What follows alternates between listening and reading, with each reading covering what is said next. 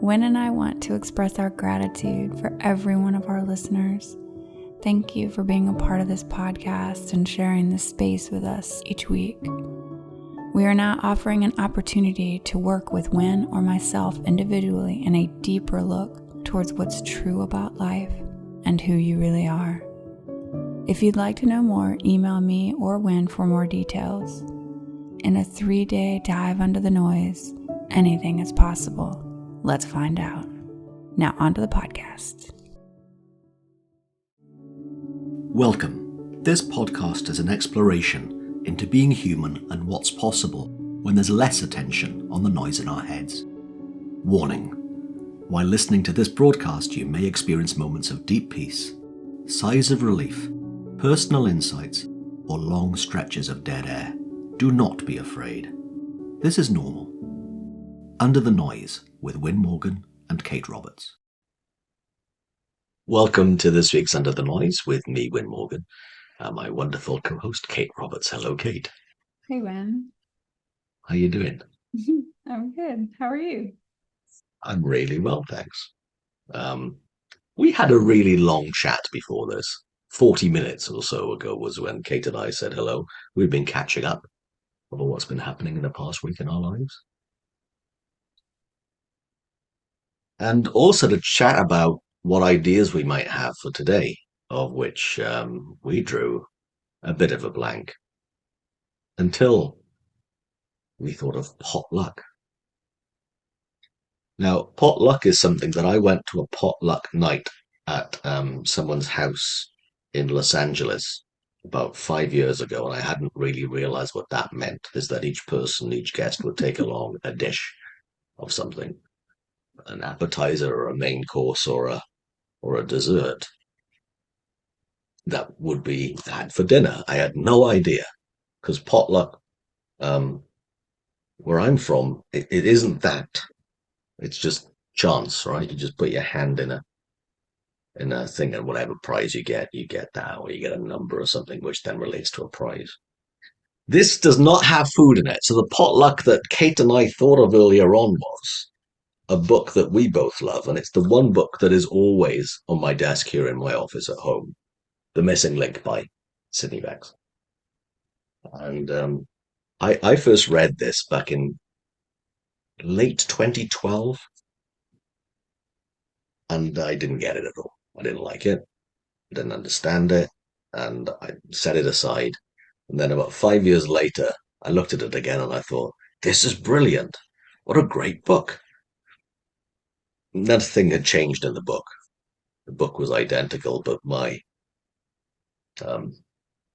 appreciation of it was totally different, which was really lovely to notice. And it's one that I read out to a number of clients and read with a number of clients, where we would have a session for an hour and I might read for 15 minutes, and 15 minutes of this book takes you a long way into it. It's probably about 1/10 of the book can be done in that amount of time. And then we chat about what Sydney Banks wrote and what meaning we've derived from it, what we think it means, and what we see for ourselves. So, Kate and I had this idea that maybe we would do that, but I wouldn't read for 15 minutes, just maybe one little chapter. And then we'd reflect. So before you do that though, I must know, did you show up to this party without any food? I did, but I went, but they knew that would be the case, because I mean, I don't have a kitchen where I was staying. I was in a hotel. So I think I stopped off and I took some champagne or something. Well, there you go. You're not empty-handed. Not empty-handed. Although I might be wrong about that too. I'm not really sure. I might be wrong. The look on your face is like, no, I don't think I did that. Yeah. Yeah, I just remember it was a Friday night, and Dang. I didn't know them, so I'm pretty sure I'd have taken something. Maybe a load of soft drinks that I would have had. and maybe a bottle of champagne or something for the host, All right, well, or a let's good try wine. your type of potluck, the British potluck. Well, yeah. So this isn't. So this potluck was literally what's going to happen.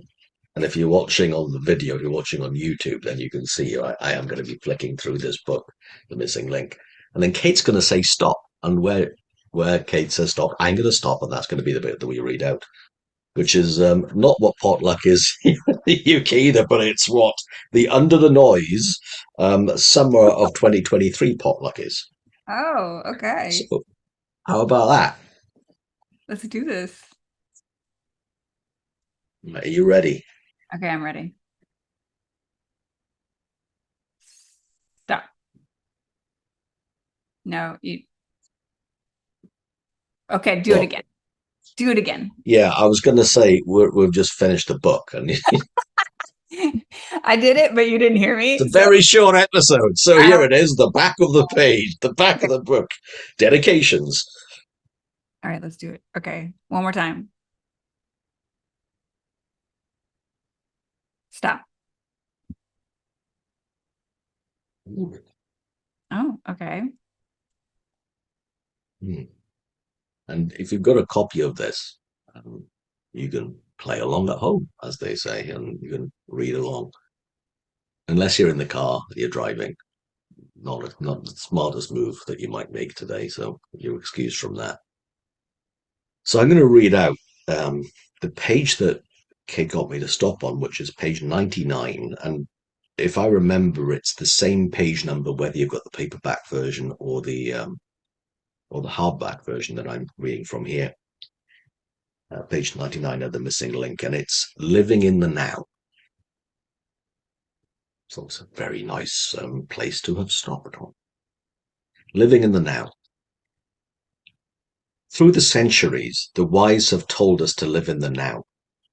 This is why I say to you, the past is a ghost that cannot be held in the palm of your hand. The future cannot be grasped, no matter how desirable or enticing it may appear. Nor can the present be held, no matter how beautiful or exciting. I'm going to read that again.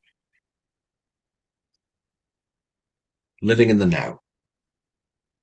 Through the centuries, the wise have told us to live in the now. This is why I say to you, the past is a ghost that cannot be held in the palm of your hand. The future cannot be grasped, no matter how desirable or enticing it may appear. Nor can the present be held, no matter how beautiful or exciting.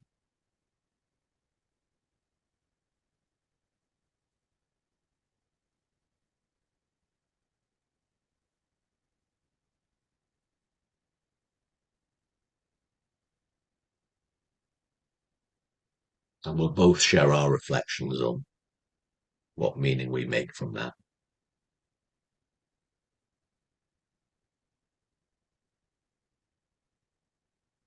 I'm going to ask you to go first. The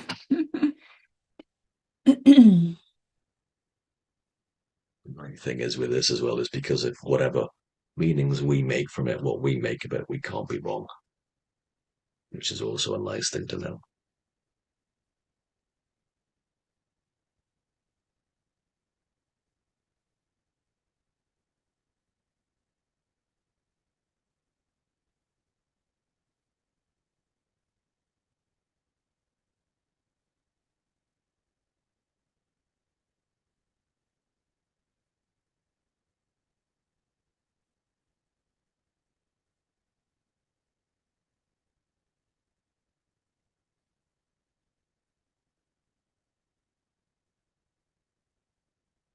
So I've thought about the present moment a bit in the last couple weeks.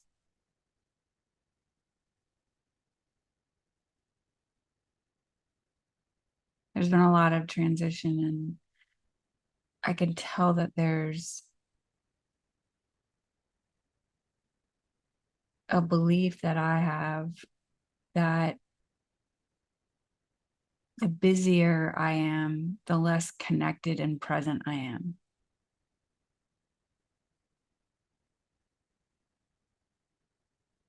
And I noticed the belief showing up. And I also noticed that at one time that might have been true for me. Mm. But I don't honestly know if that's the case. Like somehow being present, being in the now, very aware of what's going on, somehow can exist with having a lot on and doing a lot. At least that's the kind of belief that I see that I'm running into. I see that I've reached.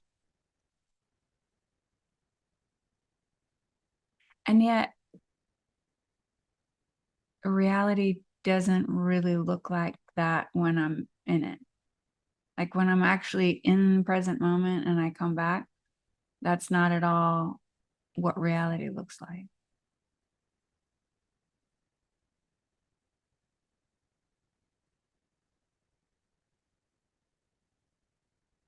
And I realize I'm in an old belief, an old story again.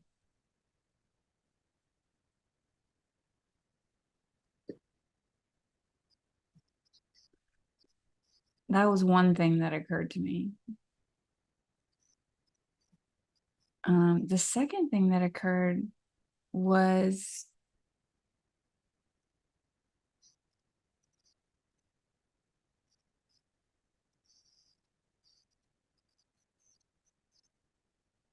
this idea or belief that things are so, like, if you find yourself, like he said, in a moment that's wonderful and exciting. I can't remember his exact words. Exciting and something.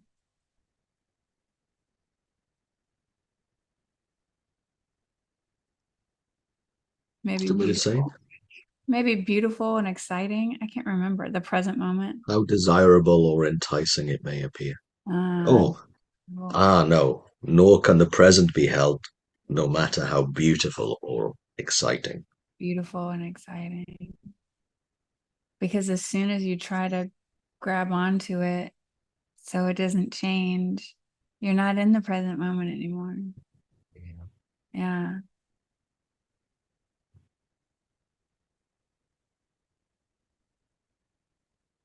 I love that.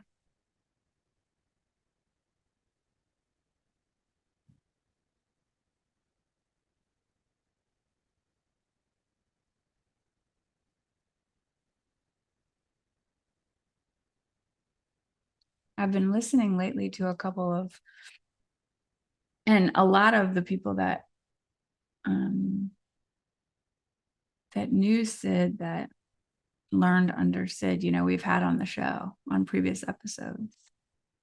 But I've listened to a few from some of the people that learned under Sid about the principles. And they speak so much about how, little talking he did about the principles to them.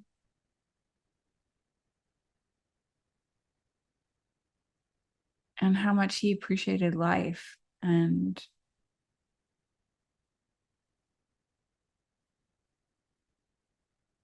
the small things, the little things that so often I think go unnoticed. So that anyone meeting him, if they didn't understand what he was talking about, these three principles, they would see that somehow he's just genuinely enjoying his life. And I think for a lot of people, they kind of put that out there as this thing to attain, right? The where they'd like to be. And so they're just naturally attracted to people that seem to just simply and authentically enjoy their life, whatever it looks like.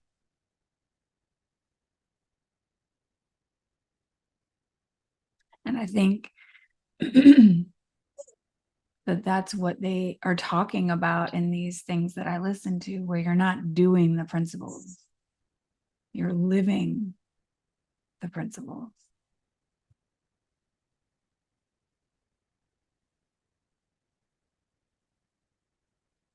And I think from what little I know about Sid, that's what he was doing.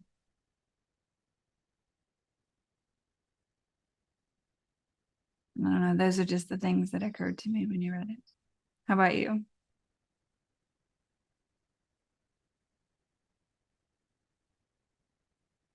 Well, in response to what you just shared, there's a lovely part of at least one of the recordings of Sydney Banks, and where he says, if you're listening to this tape, because in those days they were tapes as opposed to then they became CDs and now a digital file.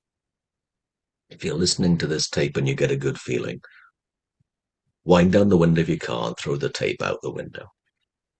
Now, he didn't really mean to do that, but figuratively, it was everything you need is in the feeling that you've got. That's what I made of that.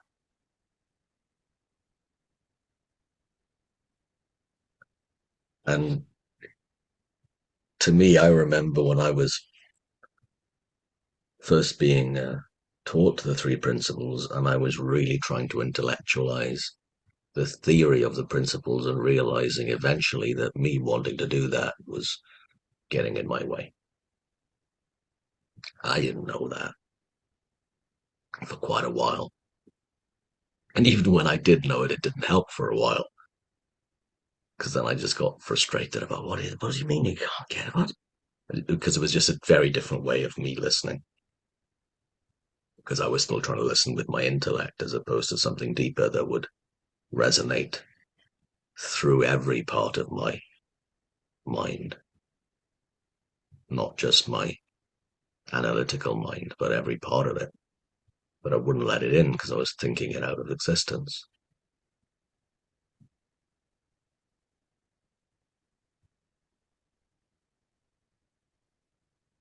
I think that passage of page 99 about living in the now, what it, because it says so much.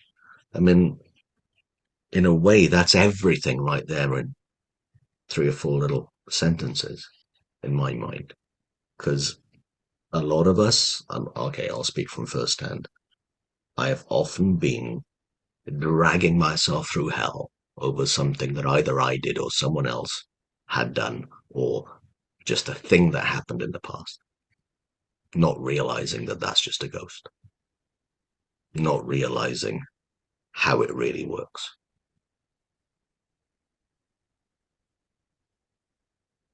And how much of my time I was thinking ahead into the future, either worry or a desire, and forgetting that life is always happening now. And I would spend very little of my time appreciating the now because I'd be in my head in the past or in my head in the future.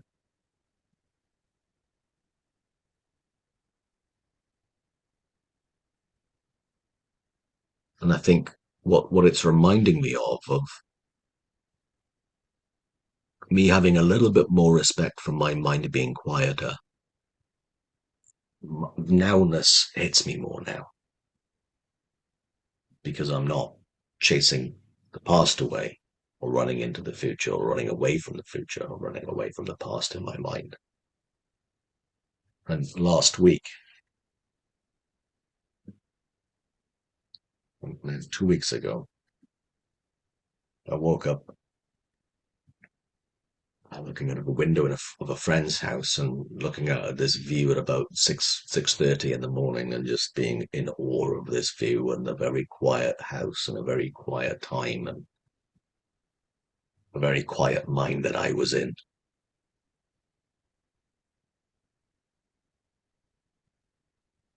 And I remember thinking, I want to remember this. And it was like I bookmarked it. So here I am, pretty much 2 weeks later, living in a ghost of that memory from that morning. Very happy ghost. But I think I can only have that memory now of that happy ghost because I was breathing in the moment.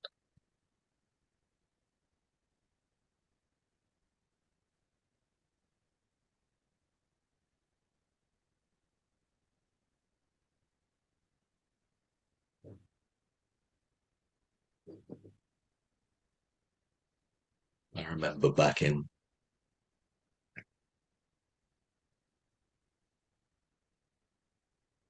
let me think what the year was. I'm not sure what the year was, but it might have been 2012 when I was just starting to learn a little bit about the three principles, and I was probably 3 months in. And I was in a rugby game. Wales were playing France. So I guess I could look it up to know exactly what the year is, but who cares, right? I remember being there with my brother and I think two of my nephews.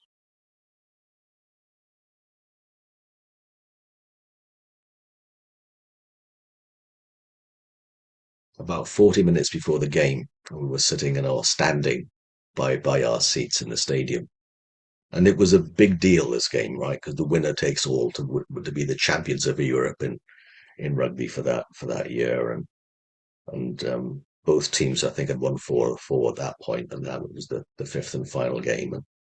And to win all five is a big deal because you could win the championship by not beating everyone, but to win against everyone, kind of a big deal. It's called the Grand Slam, not the same as the baseball Grand Slam, but the Grand Slam of beating every other the top flight of the European rugby playing countries. I remember telling my brother we were just like going there. I'm feeling really nervous, and I was going, "Isn't this great?" And he said, "I feel terrible." I said, "Yeah, but what a privilege to feel like this before a game, because the number of times we've been there and Wales has been struggling in the 80s and the 90s, and then yeah, in 2005, 2008, and 2012 we won the Grand Slam. So now I'm pretty sure it was late March of 2012." And I remember embracing the moment in that point, even though I was feeling really tense and tense through the game because it was very close until the very end, and really enjoying the experience of it as opposed to wishing for the game to start, then wishing to win, then wishing for the game to end, to actually enjoy the fact of the experience. That was fresh for me because here we are, 11 years later, and I can remember it.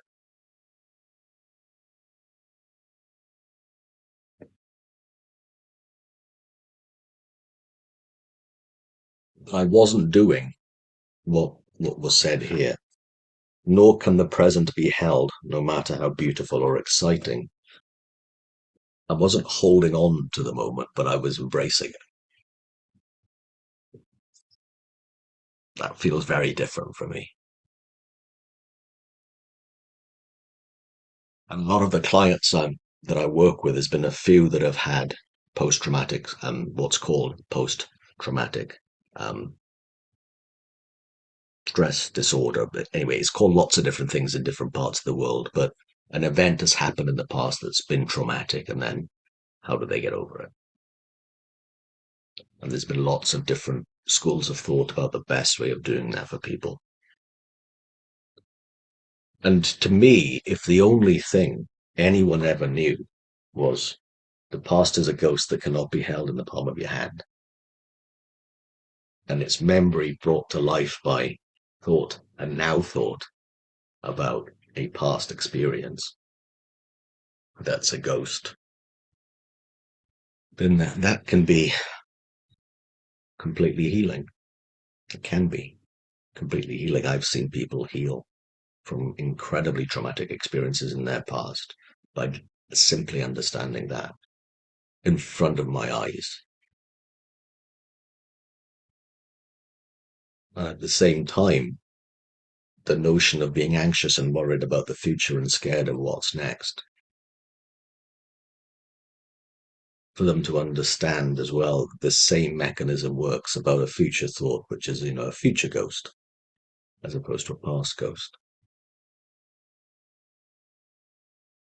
That it's all being made up right now. It's a now thought about something that hasn't happened and may or may not, but we're still feeling it now. And again, as soon as anyone sees that, then their relationship with that feeling can be really different. Doesn't mean the feeling goes away, doesn't mean that we won't feel anxious, but it does open the door to having a different relationship with anxiety.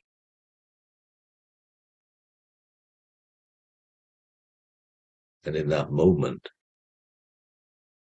it's seen an awful lot more for what it is.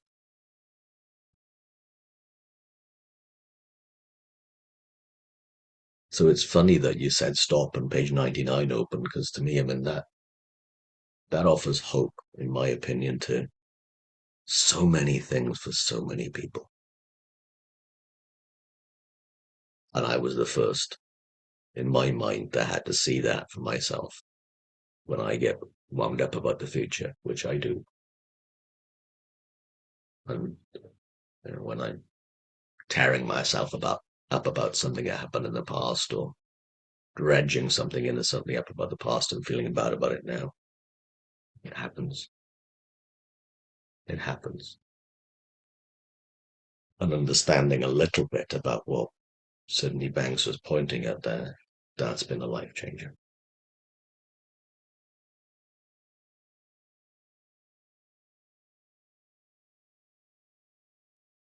So that's what comes to mind for me.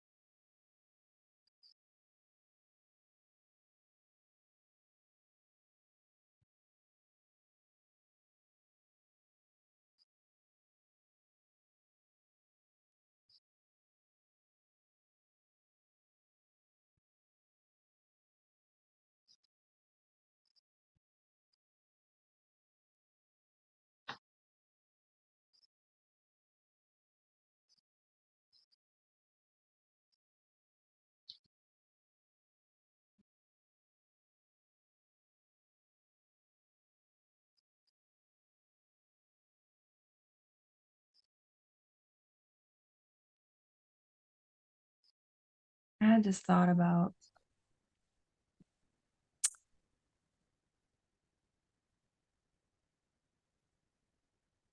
the things, to your point, that have affected people in the past, and how we bring it forward into the present with our thought. So even if, say, something in the past happened where it was beyond our control, and maybe somebody did something, right? Or we lost someone. And in the present moment, we're bringing that pain back ourselves through thought. And I imagine that some people listening to that might wonder, oh, I'm doing it to myself then. Right? So maybe somebody did something and it happened. It's, that's what would happen. But now I'm doing it to myself. And there's this place when you actually see the truth that you are actually, through your thought, experiencing that thing happening again. Although this time we're doing it. That It's like, well, I'm doing it. How do I stop doing it? Yeah. Oh, it's my fault. I'm making myself feel this way. And now we've just added all this new thought onto it. Now it's guilt and shame and it's spiraling. And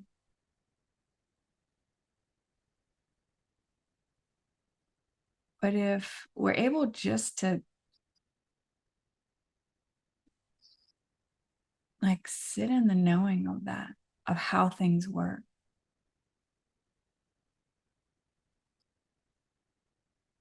knowing that innocently we're doing it all the time.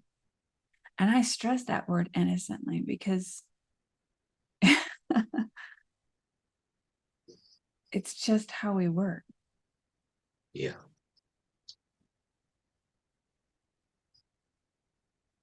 To sit in it without taking it to the next step and adding more thought of our own responsibility or culpability in that.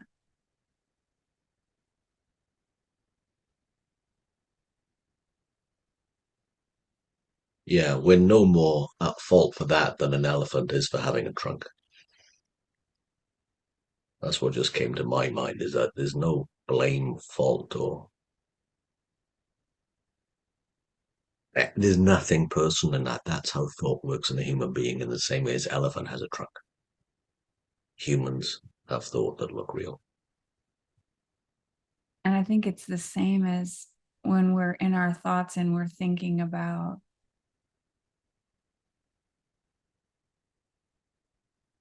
really beautiful moments Yeah. from the past. We don't sit around and blame ourselves for making ourselves feel good, right? Right. We don't give ourselves the credit for that. Look how brilliant I am. I've created this amazing, wonderful feeling. Feeling right now, I'm doing it. It's me. I'm doing that. I don't know if we do that either, but it's the I same. think It's so. the same as the way that it works, whether it's a pain from the past or a good feeling or a good memory. Yeah. But it's cool when you start to see it, that that's just how it works. Or maybe I should even say, remember, because at some level we get this. You know, we had one of our guests on the show was Claire Schutz, and she spoke, in detail that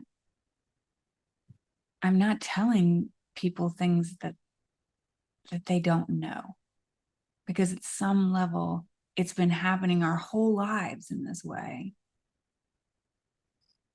that we have thought, we feel it in our bodies, that thought, and then we experience it. And so when we have these conversations with people, it's not that we're sharing something new that they don't know.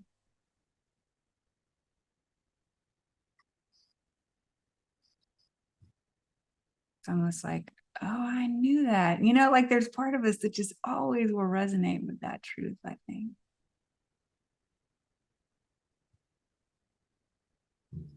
It's cool just to be with it when you really start to see how it works. Or when you've known this and you've heard this and talked about it for years, and then something happens, and then you're like, oh, and it's still happening all the time. Oh, Yeah.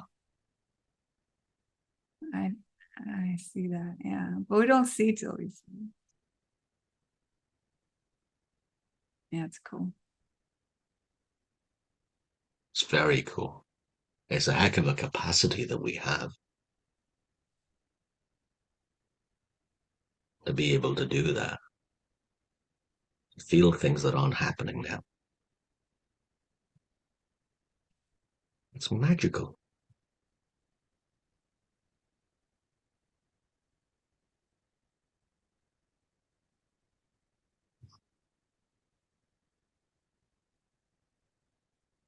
It doesn't always feel great.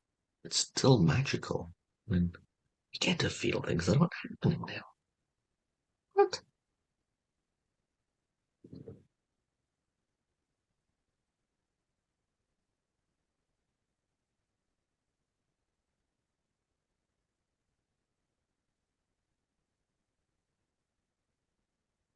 When